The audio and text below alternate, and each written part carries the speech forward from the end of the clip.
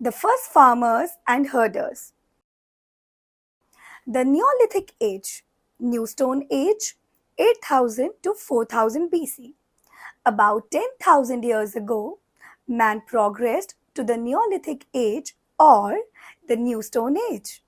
Man's life changed in this period due to some major achievements like the beginning of agriculture, the invention of the wheel, and the making of pottery.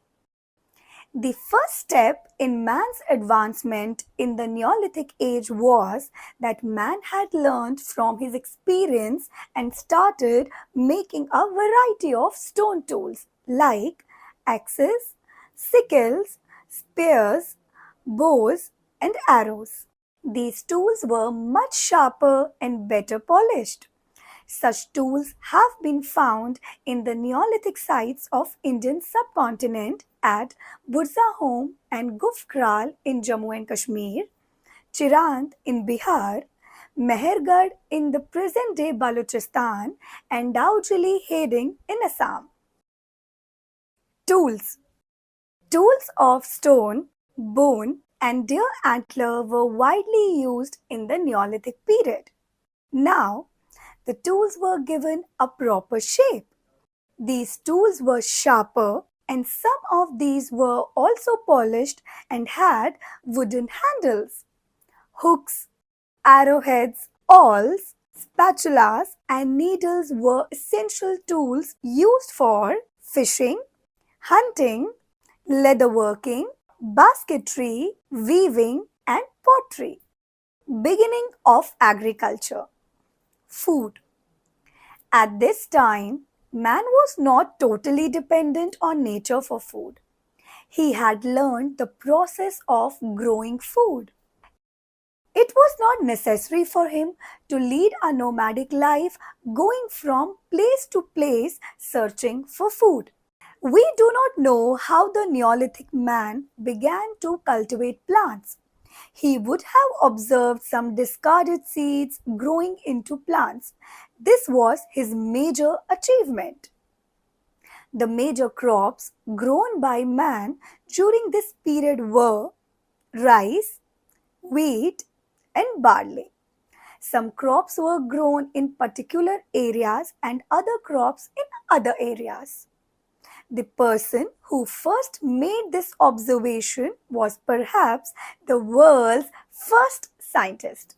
The knowledge of food production completely transformed the life of early man, and this change has been called the Neolithic Revolution.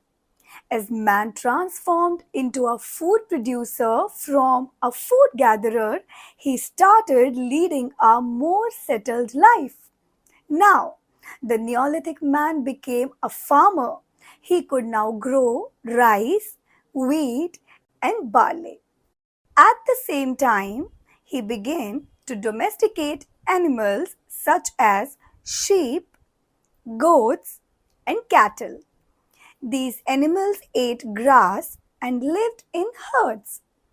Dog was probably the first animal to be domesticated.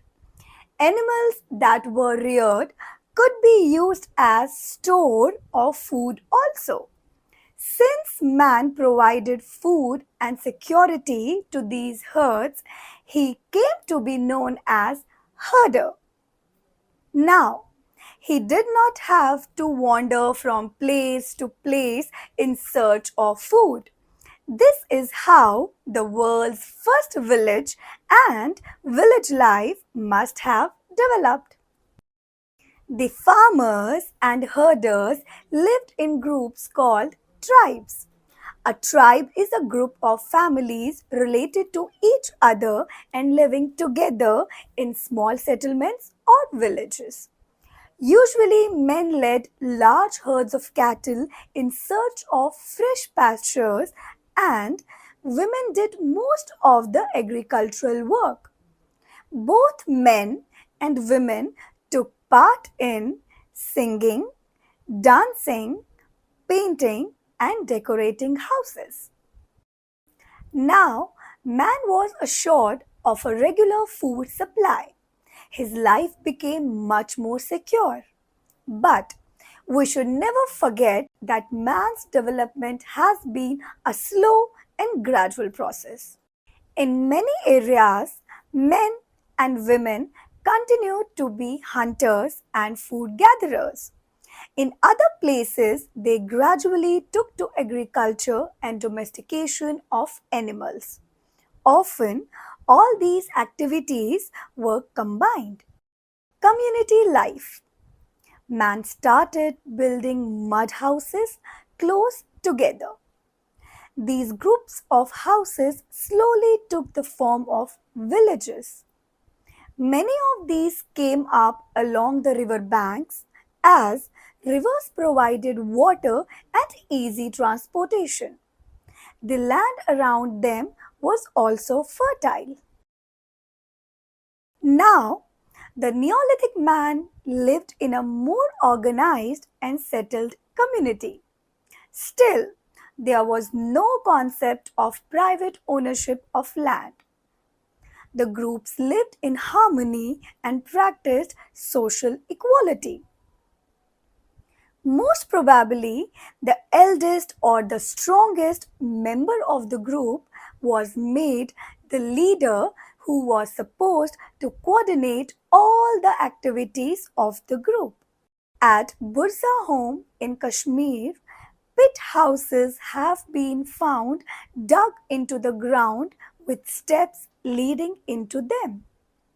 Evidences show that these pits were dug using stone tools.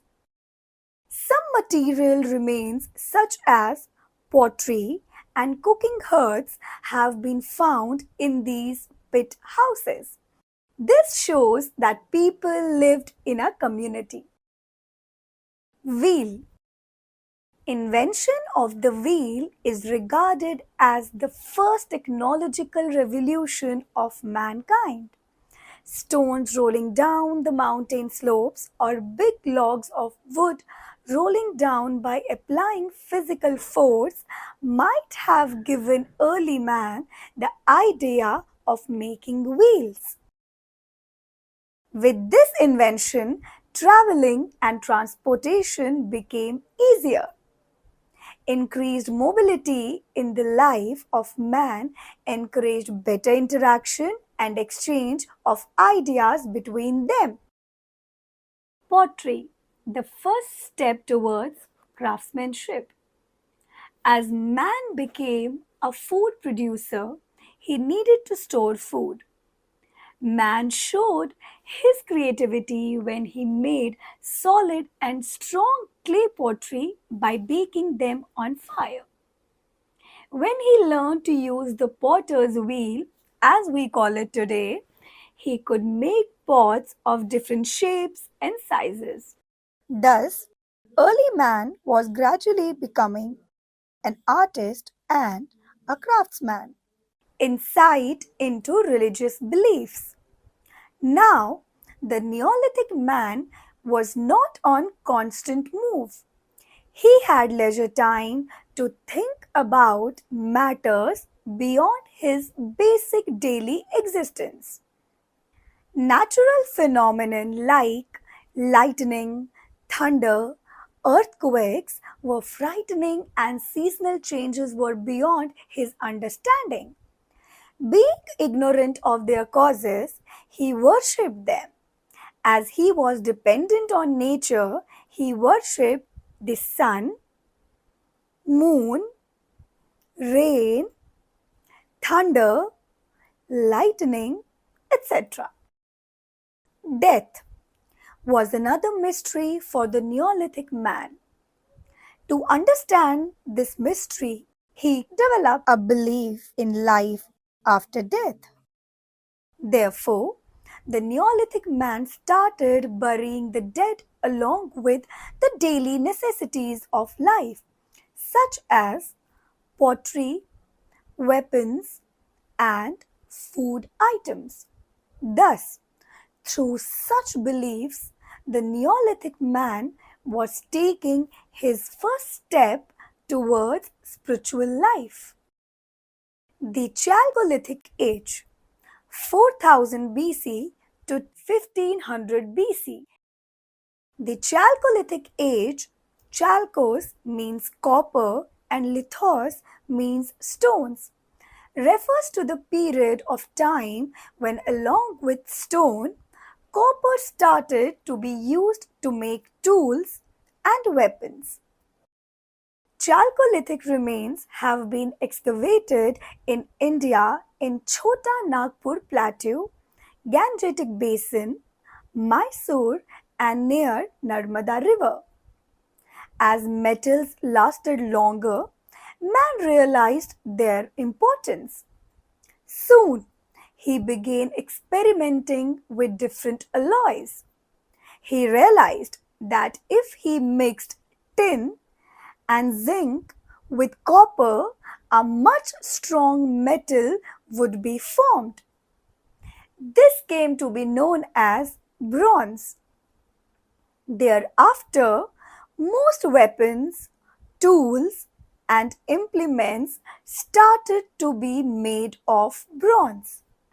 A large number of settlements belonging to this age have also been found in other places.